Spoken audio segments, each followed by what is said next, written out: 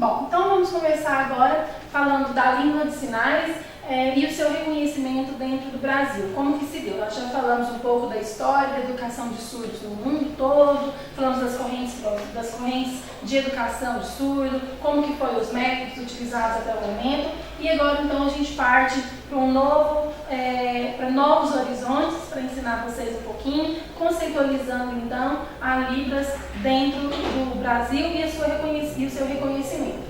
Então, foi reconhecido como meio de expressão legal em alguns estados, primeiramente. Então, apesar do reconhecimento da Libra só ter acontecido através da Lei 10.436 no ano de 2002, alguns estados anteriormente foram reconhecendo a Libras aos poucos. Então, foram sendo criadas leis estaduais e até que em 2002 chega então ao Congresso Nacional a proposta de reconhecimento em âmbito nacional. Então a Libras é reconhecida em 2002, porém ela já é utilizada há anos e anos, e aí a gente percebe então um déficit que nós temos em relação às pessoas surdas, porque elas têm a sua língua desde muitos anos e só então em 2002 é que essa língua é reconhecida oficialmente como meio de expressão legal das comunidades surdas brasileiras. Tudo bem? Então, através da Lei 10.436 de 2002, que reconhece a língua brasileira de sinais como meio de expressão legal. Então vamos lá, pessoal. Quem são os surdos? Quem é essa pessoa? São todas as pessoas que apresentam uma perda auditiva e se comunicam pelo canal visual. Então, a surdez, quando eu digo que uma pessoa é surda, está bem marcada com o uso da língua. Porque quando eu digo surdo, eu estou dizendo de um ser cultural, que tem uma língua própria, que tem uma cultura diferente, que tem sua constituição identitária dentro da perspectiva da surdez. Então, por que é incorreto, professora, eu falar deficiente auditivo? Porque o termo deficiência auditiva ele é um termo patológico. Há duas maneiras de se conceber a surdez.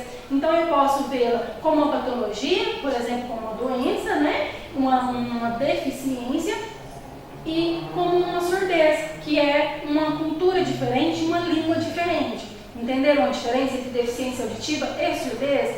Por exemplo, uma pessoa ela pode ficar surda com o passar dos anos. Por exemplo, um senhor de 80, 90 anos, com o tempo ele pode vir a ficar surdo.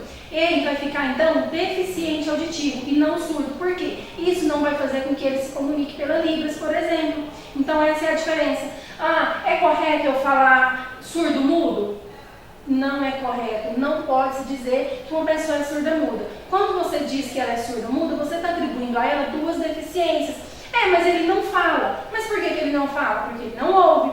Então, o bebê, quando nós ouvimos, quando nascemos, nós já estamos expostos a esse mundo oral, aos sons, às palavras, e tudo isso vai se internalizando, para então, com o passar do tempo, a gente desenvolve até que vem externalizar a fala. No caso do bebê surdo, desde que ele nasce, ele não é exposto a nenhum tipo de som, então ele não sabe como que as palavras são constituídas, como que se cria uma frase, por exemplo, então isso faz com que ele não aprenda a falar. Então, por isso, o correto, dentro da conceitualização cultural, é eu me referir à pessoa que não ouve como pessoa surda.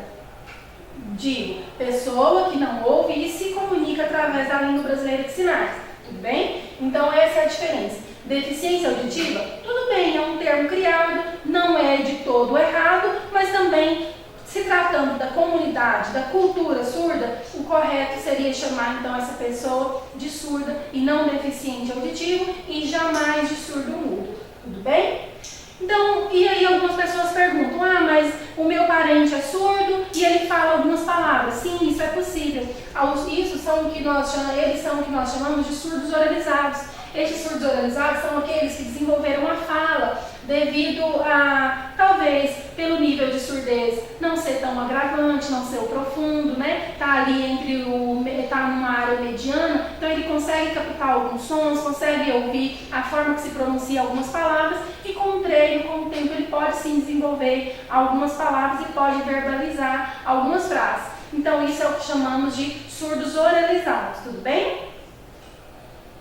Então agora vamos para o âmbito da legislação em si. Nós temos então no ano de 2002, como já citado anteriormente, a Lei 10.436, que reconhece como meio legal de comunicação e expressão a língua brasileira de sinais, libras e outros recursos de expressão a ela associados.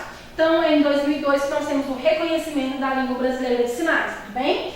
Em 2005, nós temos o decreto número 5.626, que vem regulamentar a Lei 10.436. Ele define formas institucionais para o uso e difusão da Libras, porque o que a gente percebe?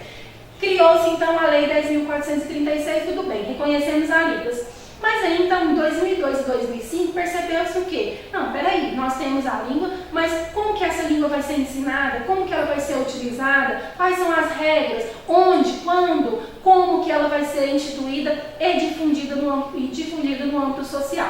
Então, nós temos o Decreto 5.626, que além de outras definições, ele traz, então, a obrigatoriedade do ensino de Libras em todos os cursos de licenciatura.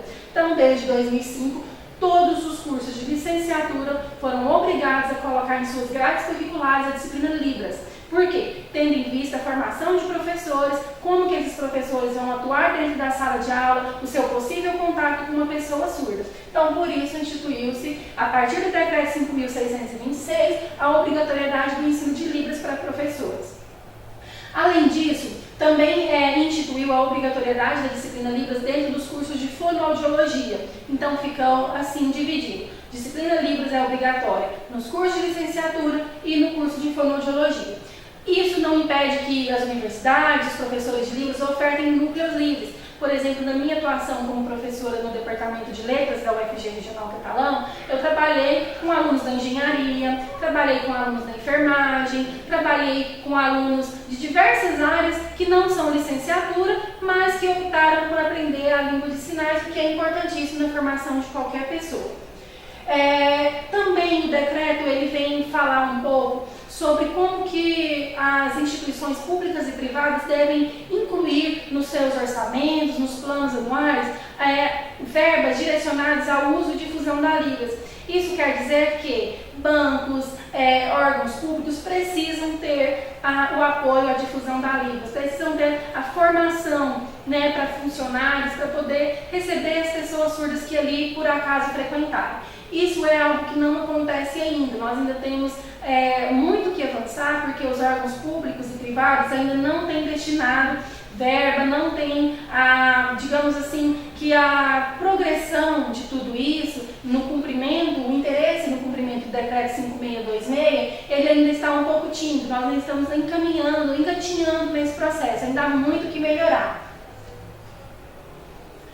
Bom, caracterizando a surdez. Nós temos então a surdez leve, a moderada, severa e profunda. Qual é a diferença, professora? A diferença vai ser pautada em surdez leve é aquela que a pessoa ela consegue ouvir um ruído maior, por exemplo. Ela tem uma perda, mas a perda não é tão agravante.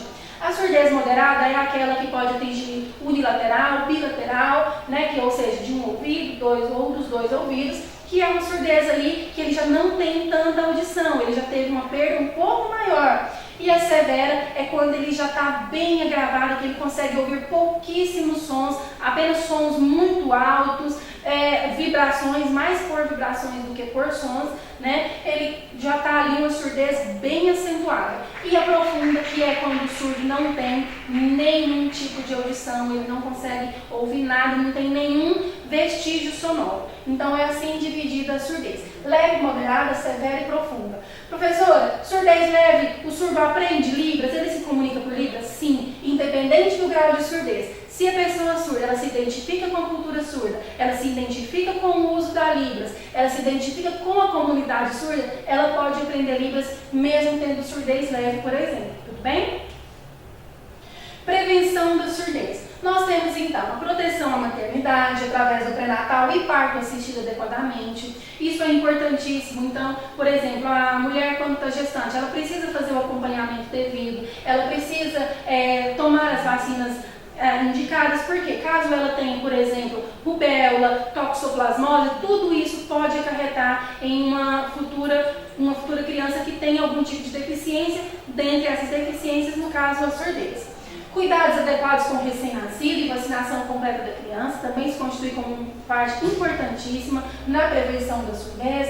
Tratamento médico de todas as doenças da infância. Nós temos conhecimento de pessoas que tiveram infecção de ouvido, por exemplo, e por não ser tratada ou por ser tratada com medicamentos inadequados, a criança acabou ficando surda.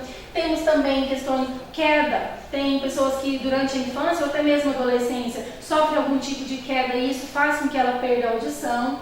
E o diagnóstico precoce de todos os distúrbios de desenvolvimento. Então, os pais estão ali, por isso a importância de profissionais que atuam nas escolas. Percebe que a criança não está desenvolvendo, percebe que a criança não se comunica de forma clara, a criança apresentar atraso no uso da linguagem verbal, é necessário procurar então algum lugar para fazer o exame de audiometria, procurar o acompanhamento devido para que essa criança tenha um diagnóstico precoce e possa ter uma melhor forma de tratamento. Bom, agora já iniciando a parte prática da nossa disciplina, tendo em vista que nós já vimos um pouco mais de teoria, agora nós vamos começar a parte prática. Vou iniciar com vocês, para passarmos para a próxima aula, os parâmetros da língua brasileira de sinais. Então, nós temos configuração de mão, o ponto de articulação, o movimento e a orientação, e também expressão facial e corporal. O que isso significa? Quando eu junto estes 5 parâmetros, eu crio então um sinal. Então, não existe sinal dentro da língua brasileira de sinais que não esteja obedecendo a estes 5 parâmetros. Lembrando, 4 deles não são elementares e o 5º, que é a expressão facial ou corporal, ele pode ou não aparecer nos sinais. Então, tem sinais que vai ter expressão facial e outros sinais não. Então, só para reforçar com vocês, para passarmos para a próxima aula, nós temos então configuração de mãos, ponto de articulação, movimento, orientação e expressão facial corporal. Espero vocês na próxima aula, onde nós já vamos começar a parte prática, vamos aprender o alfabeto manual, vamos aprender os sinais básicos para comunicação, cumprimentos e apresentação pessoal. Aguardo vocês. Até mais!